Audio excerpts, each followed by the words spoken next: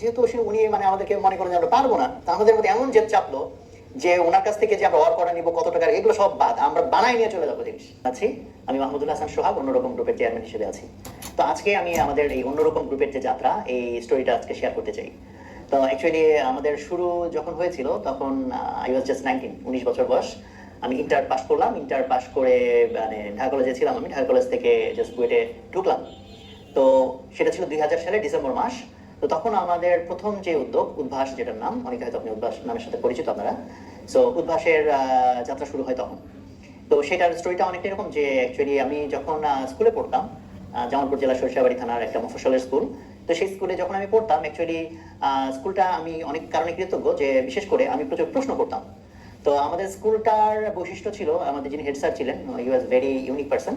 তো ওনার কারণেই হয়তো স্কুলটা একটু ডিফারেন্ট ছিল, যে এই প্রশ্ন করতে বাধা দেওয়া তো দূরের কথা, আমাদেরকে ইন্সপায়ার করা হয়েছে যে ঠিক আছে আমি যে প্রশ্ন করি এটাকে এন্টারটেইন করা হতো। তো আমি যখন দেন ঢাকা কলেজে আসলাম তখন যেটা হলো যে অ্যাকচুয়ালি প্রশ্ন করার জন্য প্রচুর ঝাড়ি খেতে হলো। তো তখন আমার মধ্যে একটা জেদ চাপলো যে আমি কোনো একদিন একটা প্রতিষ্ঠান করব যেখানে প্রশ্ন করে কেউ ঝাড়ি খাবে না। হতে পারে সেই প্রতিষ্ঠানের হয়তো স্টুডেন্ট সংখ্যা থাকবে 5 জন 10 জন, আর এমনও হতে পারে যে ওর প্রশ্নের উত্তর হয়তো আমি দিতে পারবো না, স্টিল দেন আমরা ওকে ইন্সপায়ার করবো যাতে ও প্রশ্ন করে। কেন? কারণ হচ্ছে যে প্রশ্ন করাটা জরুরি। কেন? কারণ প্রশ্ন কার মাথায় আসে? যে চিন্তা করে। তো আমরা তাহলে কেন চাচ্ছিলাম যে মানুষ চিন্তা করুক? তো আমরা আমাদের অন্যরকম গ্রুপের ভিশনটা যখন আমি আরেকটু ব্যাক এক্সপ্লেইন করবো তখন হয়তো আমরা এই পয়েন্টটা কানেক্ট করতে পারবো। তো আমি স্টোরিতে ফিরি। তো তখন এই ডিসেম্বর মাস, মানে বইটা জাস্ট চান্স পেলাম। ক্লাস শুরু কিন্তু হয়েছিল আমাদের আরো 10 মাস পরে, বিকজ সেশন জট ছিল, তো ওই সময় শুরু করা হয়।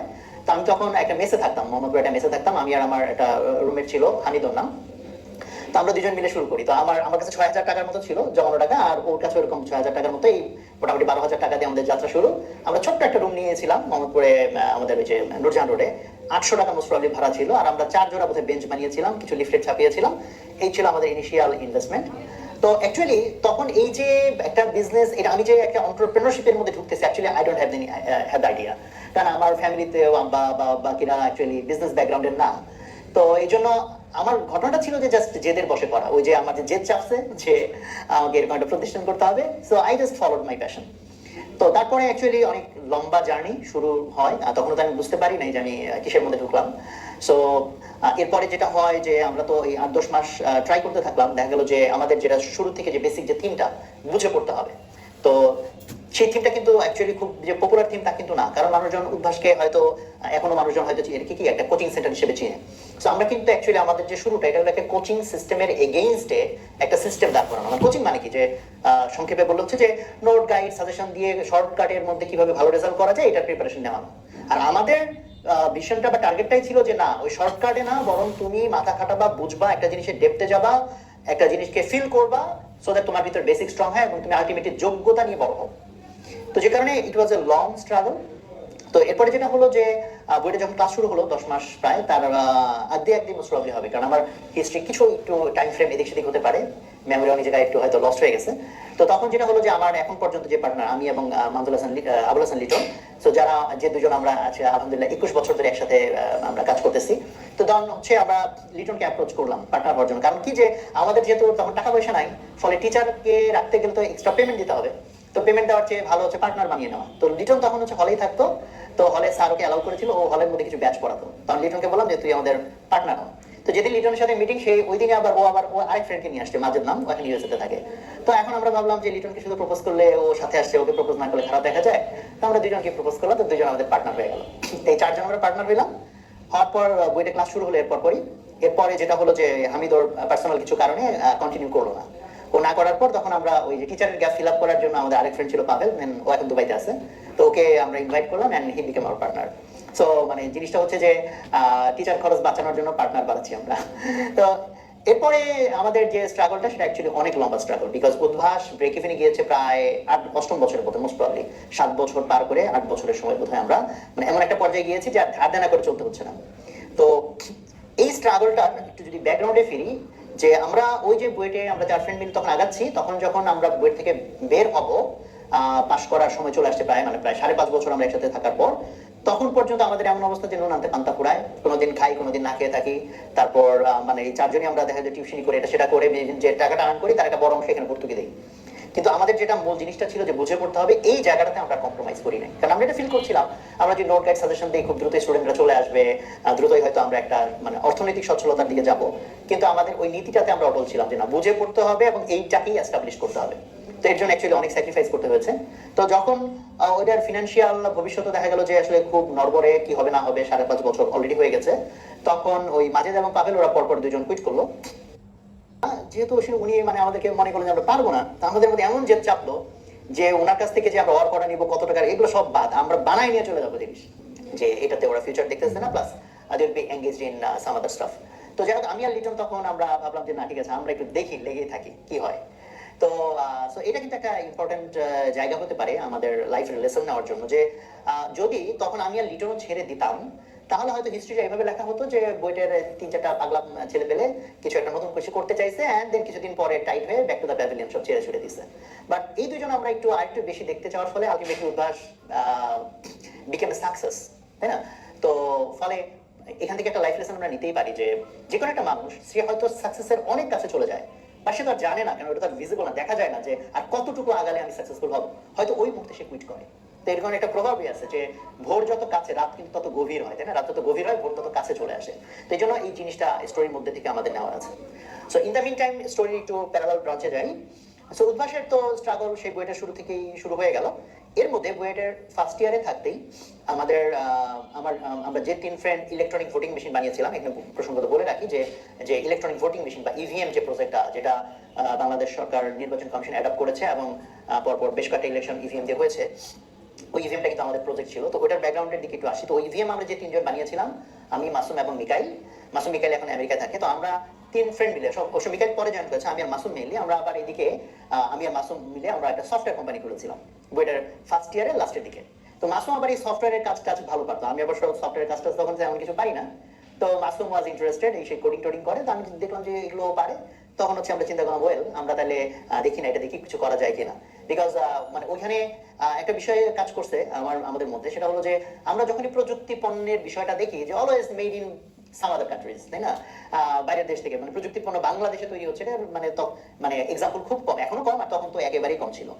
তো তখন আমি আর ও মিলে যেটা শুরু করলাম সেটা হচ্ছে যে মেনলি আমি ওর সাপোর্টার হিসেবে, যে ফ্রিল্যান্সিং।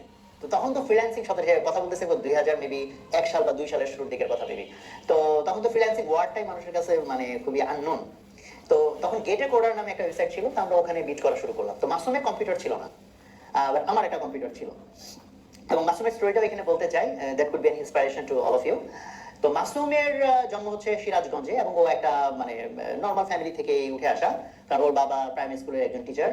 সো মানে মোটামুটি ভাবে একজন সৎ মানুষ, প্রাইমারি স্কুলের টিচার ওই আমলের। তো বুঝতেই পারতেছি যে ফিনান্সিয়াল কিরকম অবস্থার মধ্যে দিয়ে বড় হয়েছে। তো ও যখন 8-9 এর দিকে, তখন ওখানে একটা ম্যাগাজিন পাবলিশ হতো, যে ইলেকট্রনিক্স কম্পিউটার মিলিয়ে এই ধরনের কিছু ম্যাগাজিন পাবলিশ হতো। তো ওটার ভিতরে প্রোগ্রামিং জিনিসটা পড়ে ও খুব এক্সাইটেড হয়। তো ওর যেহেতু কম্পিউটার নাই, তো ওই থিওরিটিক্যালি ও প্রোগ্রামিং শিখে, ওই ম্যাগাজিন পড়ে পড়ে এর খাতায় প্রোগ্রাম লেখে। খাতায় প্রোগ্রাম লিখলে তো এটা রান করা যায় না, তো বোঝার উপায় নাই যে প্রোগ্রামটা কাজ করলো কিনা। তো তখন ওই সিরাজগঞ্জ শহরে সাইবার ক্যাফে ছিল হাতে গোনা 2-1টা। তো মাসুম ওরকম একটা সাইবার ক্যাফেতে গিয়ে ওদেরকে একটু বুঝাই শোনায় রাজি করাইছে যে আপনাদের এই কম্পিউটার যখন ফাঁকা থাকে আমাকে একটু সুযোগ দিলে আমি একটু ওই যে একটু প্রোগ্রামিং করতাম।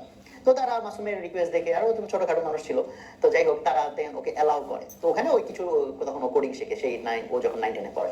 তো তারপর যখন ও ঢাকায় আসে ইন্টারে, ও পড়েছে নটরডেমে, তখন আর কম্পিউটার ব্যবহার করার সুযোগ হয় নাই। তখন আবার সেই পুরনো থিওরিটিক্যালি প্রোগ্রাম করে, আবার প্র্যাকটিক্যালি রান করার সুযোগ হয় নাই।